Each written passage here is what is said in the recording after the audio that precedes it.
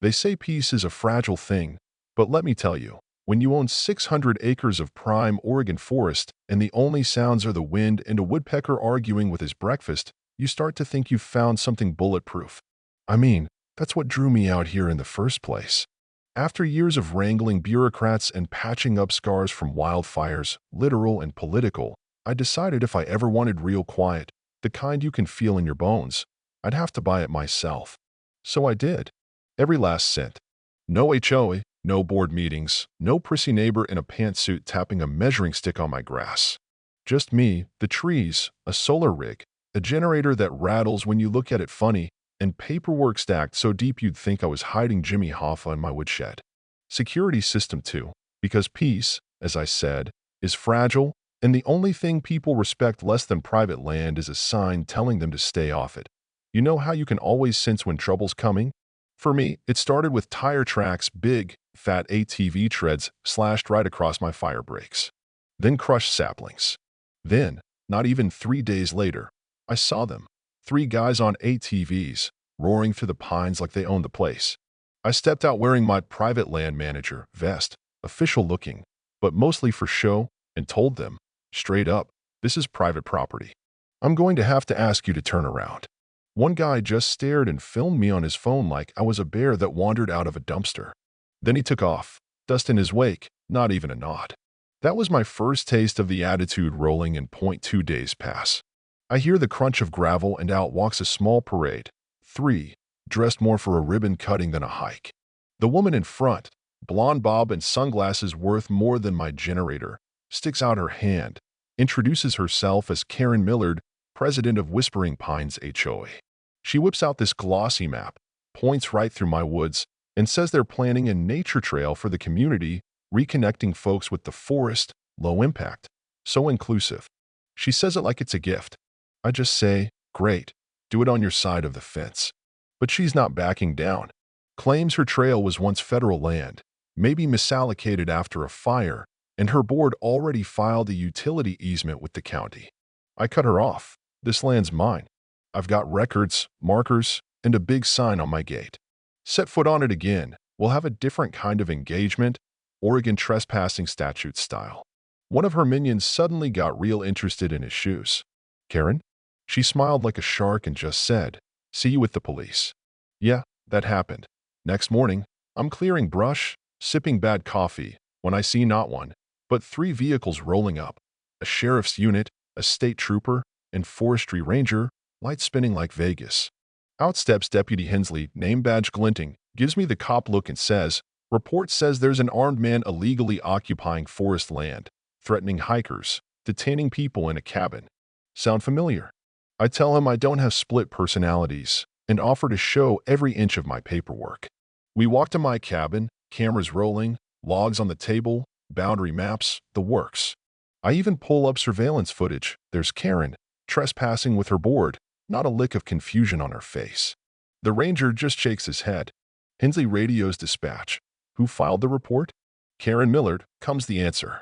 We're barely done reviewing footage before a second patrol brings Karen herself. She marches up, points at me like I'm on a wanted poster, and accuses me of holding people hostage and threatening staff. I just show the cops my laptop footage rolling. Hensley's face tells the story. Her claims don't match the evidence. And then she snaps, grabs the deputy's wrist, and tries to demand my arrest. Bad move. She ends up in cuffs, shrieking about justice and forest land. Hauled off with the whole HOA parade staring at their shoes. You'd think that would be the end, right? Nope. A week later, a thick envelope lands on my porch. Return address. McCready and Company, Whispering Pines' high-dollar attorneys. The letter claims my deed is historically ambiguous, that their client has filed for emergency access based on a decades-old municipal parks plan. And, for good measure, hints I might be poaching timber. I laughed so hard I nearly spilled coffee on the envelope. But it was clear, this wasn't a misunderstanding, it was war. So I called Sarah O'Neill, the sharpest environmental lawyer I know. Sent her everything, docs, footage, the HOA's new social media campaign calling me a forest squatter and wildfire hoarder. Local papers pick it up. Suddenly I'm the reclusive lunatic fighting progress, according to every headline from here to Portland. Someone even spray paints community before greed on my gate. Sarah doesn't flinch. They want a PR war. Fine. Let's hit them with what counts: facts. We file a countersuit: trespassing, defamation, false police report, plus violations of Oregon's Good Neighbor Forestry Act. We dump drone footage, survey maps, body cam recordings, everything into the court record. And then, a twist, an anonymous package appears at my trail cam post. Inside, a flash drive and a note: "You're not crazy." She is. Use this. The drive has screen recordings of a Whispering Pines HOA Zoom meeting, Karen front and center, plotting to squeeze me out by manipulating public pressure and county filings. I send it to Sarah, who whistles. "They just handed us their playbook," she says. We didn't know who sent it, but someone inside had had enough. Meanwhile, the HOA files new land use claims, complete with a freshly approved map showing 100 acres of my land highlighted for recreation. Signed by a surveyor I knew wouldn't touch this mess with a 10-foot pole. Turns out the signature was forged. The surveyor goes nuclear and launches his own investigation. At the same time, we finally learn who sent the flash drive. Alicia Rios, one of Karen's own board members, sends more proof emails, audio, the works. She writes, "I can't watch her do this anymore.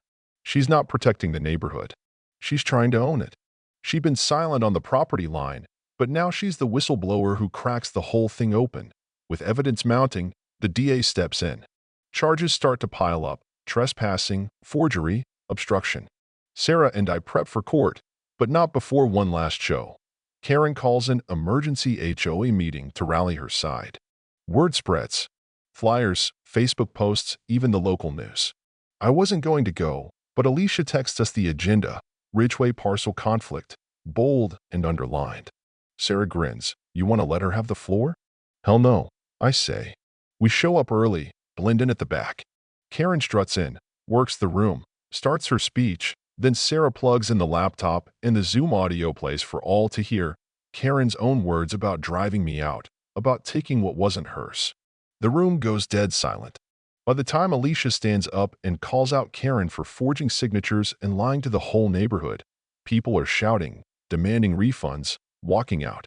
Karen just crumples behind the podium, whispering, "I did it for all of you." But nobody's listening. The trial moves fast. The judge hears the whole ugly mess: survey forgeries, defamation, attempted land grab. My neighbors testify. The surveyor lays out the fraud. Alicia delivers the damning emails.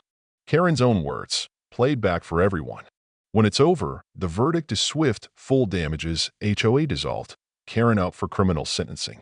As she's let out, she glares at me and hisses, "You think this is justice? You think you won something?" I just say, "I kept what's mine." She mutters about giving the neighborhood purpose. I shake my head. "No, Karen. I gave them a choice." A couple weeks later, new signs go up along my property line. This time, I'm not alone. Former HOA folks, even Alicia, show up to help. Not because they owe me, but because they respect the line I drew. The woods are quiet again. Sarah calls, says the county wants me to help mediate disputes in the future. I laugh, only if it pays in firewood.